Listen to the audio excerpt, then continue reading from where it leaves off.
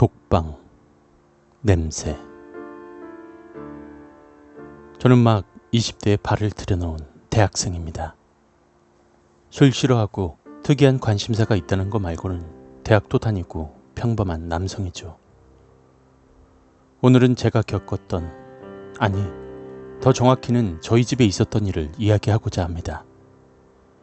사실 기억에 의존해서 써내려가는 것이기도 하고 귀신이나 미스테리한 사연은 아니었기 때문에 고민을 많이 했습니다. 저는 2층 구조의 개인 주택에 삽니다. 그렇다고 한 집처럼 계단이 안으로 연결되어 있는 구조는 아닙니다. 계단은 밖으로 연결되어 있고 아래층에는 여러 작은 방들이 각각 따로따로 배치되어 있는 구조입니다. 이렇다 보니 아래층에 방은 많지만 비어있게 되어서 세를 내게 되었습니다. 이렇게 말하고 보니 집이 무척 크고 웅장하게 느껴지지만 사실 그렇게 넓지도 않은 데다 집은 꽤 오래되어 상태도 그리 좋지도 않습니다. 좁고 상태도 나쁜 방을 비싸게 내어줄 수도 없었기 때문에 방세는 다른 집들보다 싼 편이었습니다. 그랬기 때문에 제가 태어나기 전부터 아래층에는 막노동을 하시는 분이나 일부 조선족 같은 분들이 외국에서 살다가 돈을 벌기 위해 한국으로 온 분들이 주로 사셨죠. 방 중에는 다른 방들과 달리 담 쪽에 붙어있는 작은 방이 하나 있었습니다. 그 방은 햇빛도 잘 들지 않고 구석 한편에 있어서 마치 감옥의 독방을 연상케 했습니다. 그곳에는 아저씨라고 불러야 할지 할아버지라고 불러야 할지 애매한 5, 60대 정도 되는 남성분이 살고 계셨습니다. 간단하게 B씨라고 부르겠습니다. 건설 현장에 나가서 일하곤 하셨는데 얼마 전부터는 몸 상태도 많이 나빠져서 일도 나가지 못하게 되었다고 합니다. 그도 그럴 것이 연고도 없으신 분이 매번 술에만 빠져 계셨습니다. 몸이 성할 리가 없었죠. 어린 마음에 무서워하기도 했지만 아랫방 분들과 자주 마주치지도 않았기 때문에 어찌어찌 지냈던 것 같습니다. B씨의 사정은 생각보다 심각했던 듯 합니다. 일주일에 밥 한 번 먹기가 어려운 상황인데도 멀리 떨어져서 사는 따님이 직업이 있고 돈을 벌고 있다는 이유로 기초생활수급자 대상에서 제외되었다는 것을 저희 어머니께서 관공서에 같이 가서 사정했던 기억도 있습니다.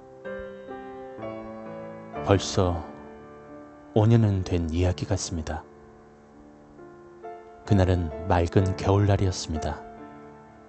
하늘도 푸르고 햇빛은 화창했습니다.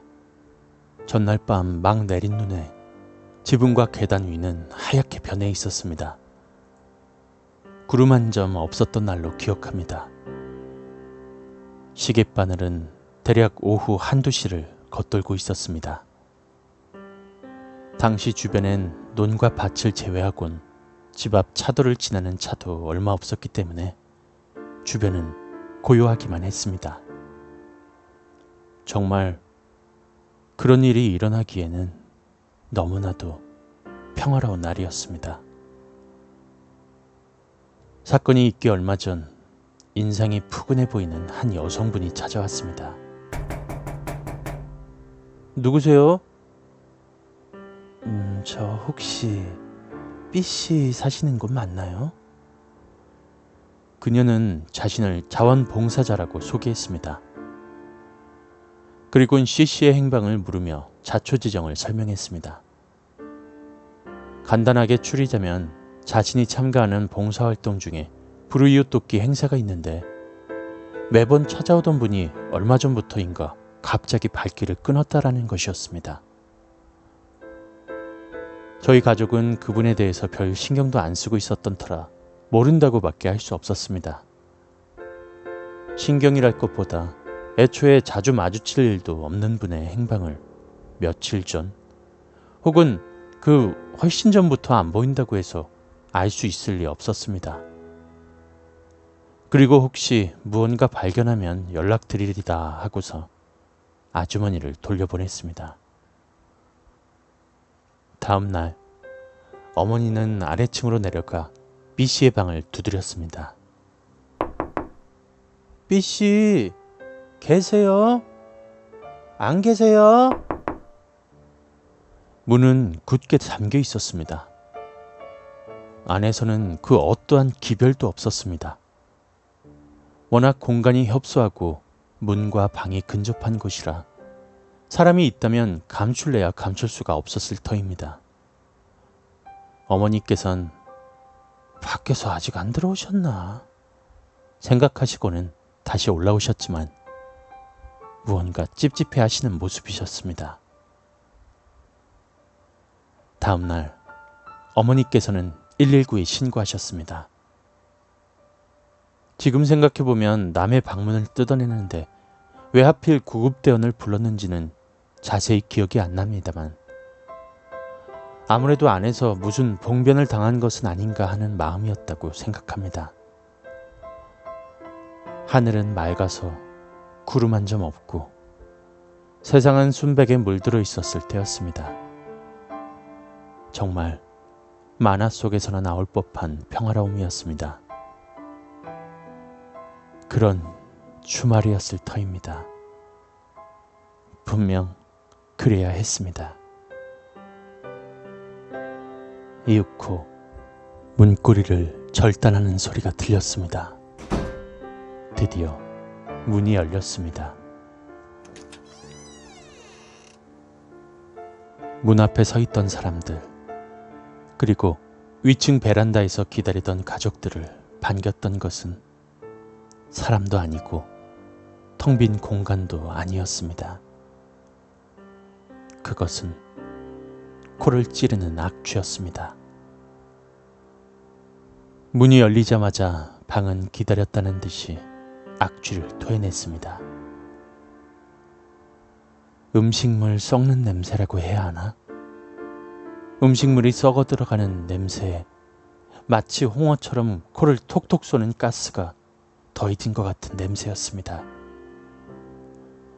더 정확히는 온갖 음식물 쓰레기를 섞어놓고 그것을 식초로 버무린 냄새 같았습니다. 생애 처음 맡아보는 냄새에 저는 눈살을 찌푸렸습니다. 시체 썩는 냄새였습니다. 이미 수개월은 훨씬 전부터 부패하기 시작한 듯 냄새는 제 위세를 자랑하고 있었습니다. 이미 오래전부터 죽은 사람이 그대로 방치된 방을 그대로 방치해두고 그 앞을 오갔다는 생각을 하니 소름이 돋았습니다.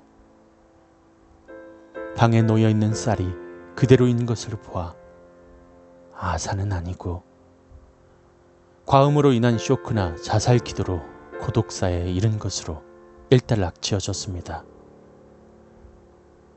어머니께서는 어찌어찌 B씨의 따님께 연락을 취해 만나셨습니다.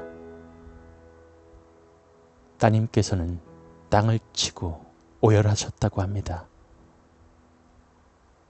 그렇게 냄새는 반년 정도 저희 집을 떠나지 않았습니다. 아니, 어쩌면 냄새에 익숙해져서 못 맡은 것뿐이고 사실은 더 오래 간 것인지도 모르겠습니다. 만약 후자에 해당하는 것이라면 익숙해지는 데만 5개월을 넘긴 냄새는 정말 경이로워하지 않을 수 없었을 겁니다. 그 냄새 때문에 혹시나 저 방에서 귀신이라도 나오는 건 아닐까 하고 오밤중에 집 앞 편의점 가기도 무서워했던 게 엊그제 같은데 벌써 5년이 흘렀습니다. 지금은 정말로 지극히 평범한 생활을 보내고 있습니다. 얼마 전엔 러시아 교포로 보이는 부부가 들어왔습니다. 이렇듯 새 방의 주인은 계속 바뀌고 있지만 여전히 그 방만은 빈 방으로 남아 있습니다. 여러분도 혹시 주변에 갑자기 행방을 감춘 사람이 있지는 않으신가요? 그렇다면 주의를 기울여 주세요. 혹시 압니까? 그 사람이 독방에 갇혀서 외롭게 죽어가고 있을지.